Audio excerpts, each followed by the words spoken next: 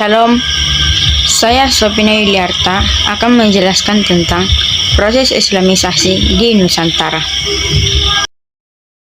Islamisasi adalah proses sejarah yang panjang yang bahkan sampai saat ini masih terus berlanjut.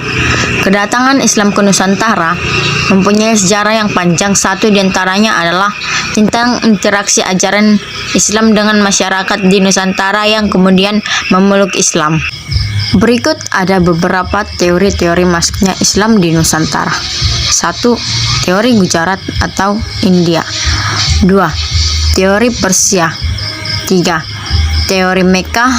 4. Teori Cina. Teori yang pertama adalah teori Gujarat.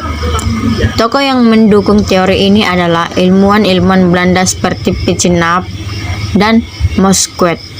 Mereka berpendapat bahwa agama Islam di Indonesia adalah orang Arab yang telah lama tinggal di wilayah tersebut. Moesquet mempertegas teori ini dengan hasil penelitiannya terhadap temuan baru nisan di kedua wilayah Indonesia dan Gujarat. Teori Gujarat kemudian juga dikembangkan oleh J.P. Muket 1912 yang memberikan argumentasi dengan batu nisan Sultan Malik Al-Saleh yang wafat pada tanggal 17 Zulhijjah 831 Hijriah atau 1297 Masehi di Pasai, Aceh. Batu nisan di Pasai dan makam Maulana Malik Ibrahim yang wafat tahun 1419 di Gresik, Jawa Timur memiliki bentuk yang sama dengan nisan yang terdapat di Kambai, Gujarat. Mokweta akhirnya berkesimpulan bahwa batu nisan tersebut diimpor dari Gujarat atau setidaknya dibuat oleh orang Gujarat atau orang Indonesia yang telah belajar kaligrafi khas Gujarat. Alasan lainnya adalah kesamaan mazhab Syafi'i yang dianut masyarakat Muslim di Gujarat dan Indonesia. 2. Teori Persia. Teori Persia mengatakan bahwa proses kedatangan Islam ke Indonesia berasal dari daerah Persia atau Parsi, atau kini dikatakan dengan Iran. Pencetus dari teori ini adalah Hussein Jajadi-Ningrat, sejarawan asal Banten. Dalam memberikan argumentasinya, Hussein lebih menitik beratkan analisisnya pada kesamaan budaya dan tradisi yang berkembang antara masyarakat Parsi dan Indonesia. Tradisi tersebut antara lain tradisi merayakan 10 Muharram atau Asyura sebagai hari suci kaum Syiah atas kematian Husain bin Ali, cucu Nabi Muhammad, seperti yang berkembang dalam tradisi tabut di Pariaman di Sumatera Barat. Istilah tabut atau keranda diambil dari bahasa Arab yang ditranslasi melalui bahasa Parsi. Tradisi lain adalah ajaran mistik yang banyak kesamaan. Misalnya, antara ajaran Syekh Siti Jenar dengan ajaran Sufi Al-Hallaj dari Persia. Alasan lain yang dikemukakan oleh Hasan yang sejalan dengan teori Mokweta yaitu ada kesamaan seni kaligrafi pahat pada batu-batu nisan yang dipakai di kuburan Islam awal di Indonesia. Yang ketiga, teori Cina. Teori Cina mengatakan bahwa proses kedatangan Islam ke Indonesia khususnya di Jawa berasal dari para perantau Cina. Orang Cina telah berhubungan dengan masyarakat Indonesia jauh sebelum Islam dikenal di Indonesia. Pada masa Hindu-Buddha, etnis Cina atau Tiongkok telah berbaur dengan penduduk Indonesia terutama melalui kontak dagang. Bahkan ajaran Islam telah sampai di Cina pada abad ke-7 Masehi, masa di mana agama ini baru berkembang. Sumanto Al-Qurtabi dalam bukunya Arus Cina Islam Jawa menyatakan merupakan kronik masa dinasti Tang 618 sampai 960 di daerah Kanton Zhangzhou, Guangzhou. Dalam pesisir Cina bagian selatan telah terdapat sejumlah pemukiman Islam. Teori Cina ini bila dilihat dari beberapa sumber luar negeri atau kronik maupun lokal atau babat dan hikayat dapat diterima. Bahkan menurut sejumlah sumber lokal tersebut ditulis bahwa raja Islam pertama di Jawa yakni Raden Patah dari Bintoro Demak merupakan keturunan Cina. Ibunya disebut berasal dari Champa, Cina bagian selatan atau sekarang tersebut Vietnam.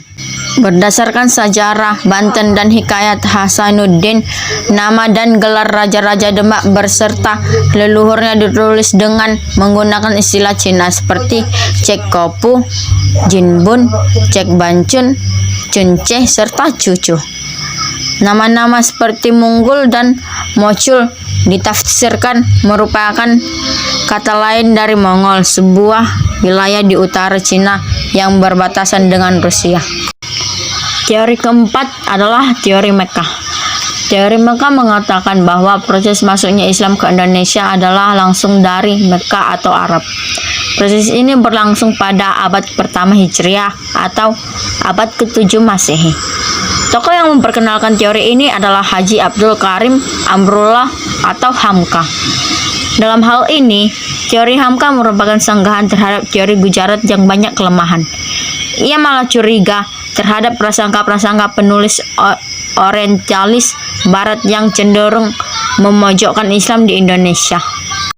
Pandangan Hamka ini hampir sama dengan teori Sufi yang diungkapkan oleh A.H. Jones yang mengatakan bahwa para musafirlah atau kaum pengembara yang telah melakukan Islamisasi awal di Indonesia.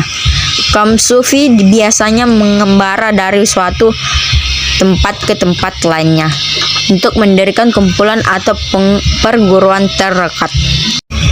Islam sudah datang ke Indonesia sejak abad pertama Hijriah atau abad ke-7. Di antara ilmuwan yang menganut teori ini adalah J.C. Van Leur, Hamka, Abdullah bin Nur, D. Sabab, dan T.W. Arnold. Hamka berpendapat bahwa pada tahun 625 Masehi, sebuah naskah Tiongkok mengkabarkan bahwa menemukan kelompok bangsa Arab yang telah bermukim di pantai barat Sumatera atau Barus II. Pada saat nanti wilayah Barus ini akan masuk ke wilayah kerajaan Sriwijaya. Metode dan teknik penyiaran agama Islam. Perdagangan. Proses Islamisasi melalui perdagangan sangat menguntungkan dan lebih efektif. Cara-cara lain apalagi yang terlibat bukan hanya masyarakat dari golongan bawah melainkan juga dari golongan atas seperti kaum bangsawan atau para raja. Kedua, perkawinan.